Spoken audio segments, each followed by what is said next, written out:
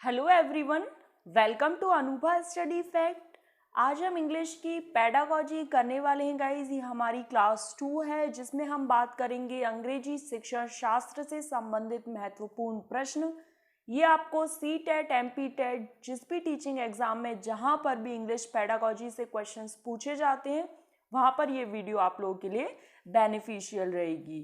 तो गाइज हमने एक सीरीज स्टार्ट करी है जिसमें हम डिफरेंट सब्जेक्ट्स की पेडागॉजी अल्टरनेटिव डेज में लेकर आएंगे। किसी दिन इंग्लिश की, किसी दिन हिंदी की, किसी दिन ईवीएस की और किसी दिन मैथ्स की। तो ये क्लास 2 है इंग्लिश पेडागॉजी का। अगर वीडियो पसंद आए तो प्लीज़ लाइक करना, फ्रेंड्स के साथ शेयर करना and do subscribe channel. First question है, iconic mode of learning is based on the system of using. जो आइकॉनिक मोड है लर्निंग का वो किस तरीके से काम आता है? A variety of activities, symbols, images and diagram and different types of graphs.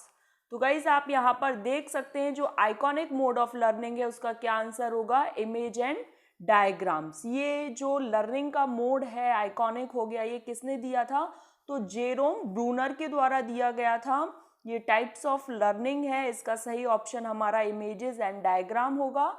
देखिए अब यहाँ पर हम समझ लेते हैं किस तरीके से लर्निंग मोड्स किसके द्वारा दिए गए थे। तो जेरोम ब्रूनर के द्वारा। इनएक्टिव मतलब एक्टिविटी करके, जो बच्चा है वो एक्टिविटी करके सीखता है। यहाँ आप इस डायग्राम में देख पा रहे हैं कि जो बच्चा है वो एक्टिविटीज कर रहा है। सेकंड में है आइकॉनिक, मतलब जैसे आपने देखा होगा कि हम ए फॉर एप्पल पढ़ाते हैं तो ए के साथ जो सिंबल होता है उसके साथ एप्पल का जो डायग्राम होता है उसको भी बनाते हैं ताकि जो बच्चा है वो जल्दी से सीख सके। फिर जो सिंबॉलिक है, मतलब केवल आपको सिंबल्स दे दिया जाए, अगर ए भी लिखा हो जाए, केवल अगर ऐसा ए भी लिखा होगा तो आप ये कनेक्ट कर पाएंगे कि ए फॉर एप्पल से हमारी बात की गई है। तो इस तरीके से जो सिंबॉलिक है मतलब अब केवल सिंबल्स में है, आपको अगर कोई उसके साथ डायग्राम भी नहीं देता है तो भी आप चीज़ों को समझ पाएंगे। रीड फॉर रिसर्च मतलब आगे की अब जो हमारी पढ़ाई है, जैसे लर्निंग मोड्स लिखा है, यहाँ पर कोई डायग्राम नहीं है तो भी आप रिलेट कर पाएंगे। तो ये क्या है?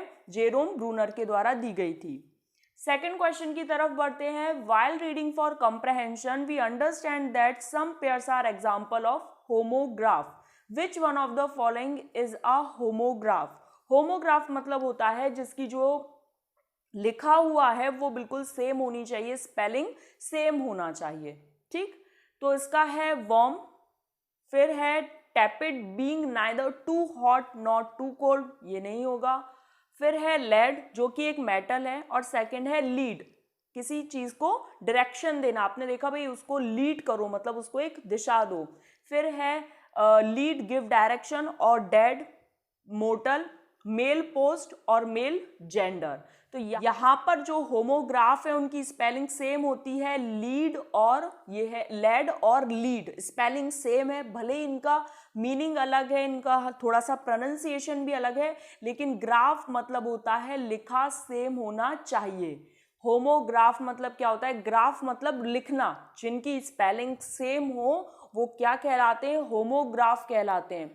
तो लेड या फिर वो मेटल वाला हो गया, और लीड मतलब एक डायरेक्शन देना, किसी चीज को दिशा देना। नेक्स्ट है a sight word is a vocabulary item. जो साइट वर्ड्स होते हैं वो क्या होते हैं? That needs proper visual understanding of the context, मतलब बिल्कुल बारीकी से देखना पड़ेगा कॉन्टेक्स्ट में, संदर्भ में। That is to be learned by heart, जिसे हम अपने हार्ट से लर्न करें। नेक्स्ट है that the reader recognizes the finds meaningful on sight without complicated analysis, मतलब एक कॉम्प्लिकेटेड एनालिसिस ना करके केवल जो रीडर है, जो पढ़ने वाला है, वो केवल वर्ड को देखते ही साथ उसको पहचान जाए वो। या फिर that helps in judging the effectiveness of authors style. तो गाइस सबसे सही ये है थर्ड ऑप्शन, जहां पर क्या है कि आप केवल वर्ड को देखते ही साथ उसका मतलब पहचान जाते हैं। जैसे कहीं पे लिखा होगा कैट, डॉग, कट, पुट, तो ये सब चीजें ऐसी हैं जो साइट वर्ड्स मतलब जिनको हम देखते ही साथ उनका जो मीनिंग है उसको रिकॉग्नाइज कर लेते हैं और हमें बहुत ज्यादा एनालिसिस करने की जरूरत नहीं होती है। नेक्स्ट है विच one of the following methods is suggested for teaching grammar eight primary level.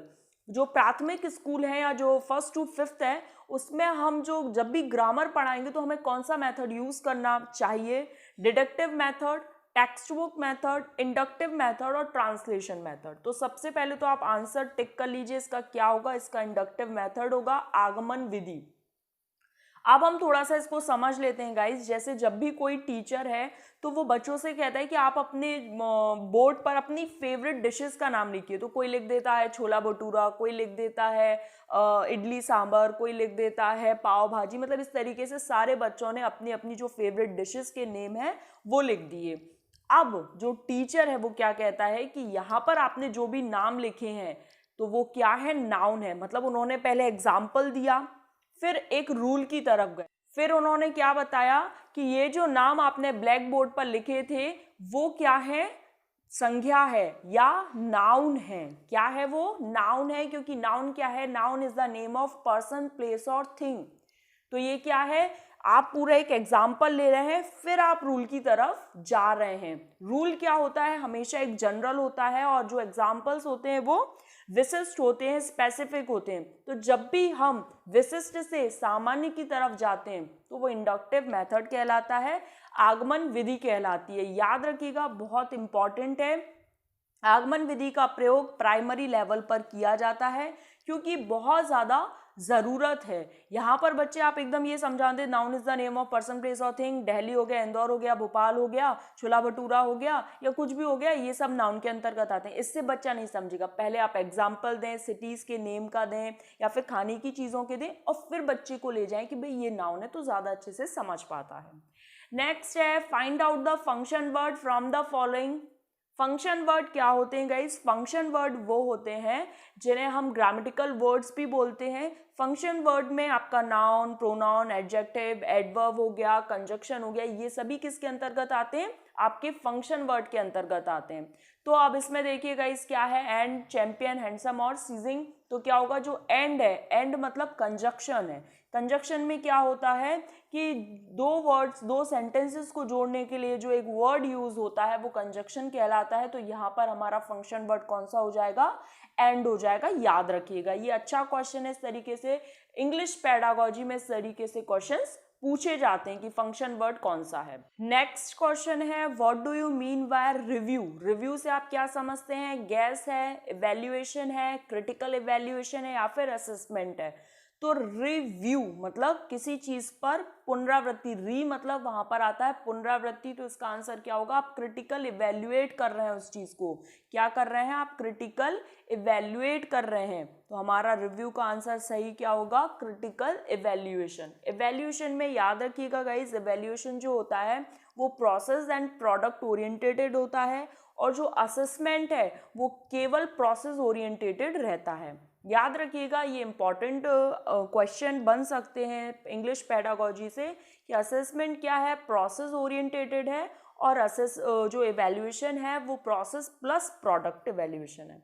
Next question है, क्लोज मीन्स। क्लोज मीन्स मतलब आपने क्लोज देखा होगा, एसएससी में क्लोज टेस्ट वगैरह दिए जाते हैं।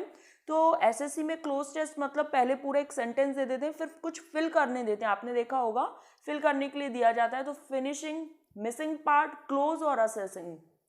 मिसिंग पार्ट हमारा सही होगा क्योंकि यहाँ पर हम क्या है, चीज जो मिस हो गया है, जो पार्ट मतलब जो छूट गया है उसको फिल करते हैं। क्लोज टेस्ट के नाम से आपने एसएससी में बहुत सुना होगा और बहुत इंपॉर्टेंट रहता है एसएससी के पॉइंट ऑफ व्यू से क्लोज टेस्ट।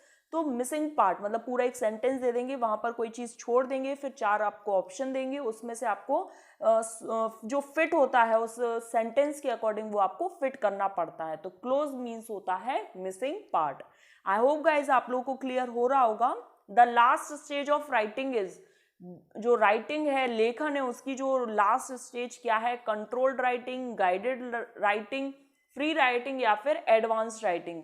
तो गाइस क्या होगा, आप लोग खुद सोचिए क्या होगा। राइटिंग का जो लास्ट वाला जाता है, मतलब बिल्कुल लास्ट स्टेज है, वो है एडवांस्ड राइटिंग। मतलब जहां पर व्यक्ति एडवांस सोच कर सकता है और फिर लिख सकता है। आपने देखा होगा ऐसे टाइप क्वेश्चंस जो होते हैं वहां पर लिखना पड़ता है, तो वहां पर डाइवर्जेंट थिंकिंग लगती है, ओपन माइंडेड थिंकिंग लगती है, आउट ऑफ बॉक्स थिंकिंग लगती है। मतलब बच्चे को सोचना पड़ता है। एडवांस टाइप ऑफ जहां पर राइटिंग आ जाए तो वो क्या है, लास्ट स्टेज है राइटिंग का। नेक्स्ट है, the procedure of alphabetic method is. तो किस तरीके से होगा, letter, words, phrases sentence, words, phrases, तो सबसे पहले तो गाइस लेटर से स्टार्ट होता है, तो ये वाला तो ऑप्शन कैंसिल हो गया। Letter, word, sentence, then paragraph, ये कैंसिल हो गया। फिर है लेटर, वर्ड्स, फ्रेजेस, पैराग्राफ, ये कैंसिल हो गया। तो अब हमारा सही ऑप्शन क्या बचा? Letter, words, phrases and then sentence. तो फर्स्ट ऑप्शन हमारा करेक्ट हो जाएगा। इस तरीके से आप क्या कर सकते हैं, जब आपको आंसर नहीं आएगा तो आप जितने भी नेगेटिव ऑप्शंस हैं उनको कैंसिल कर सकते हैं और आप पॉजिटिव ऑप्शन की तरफ जा सकते हैं।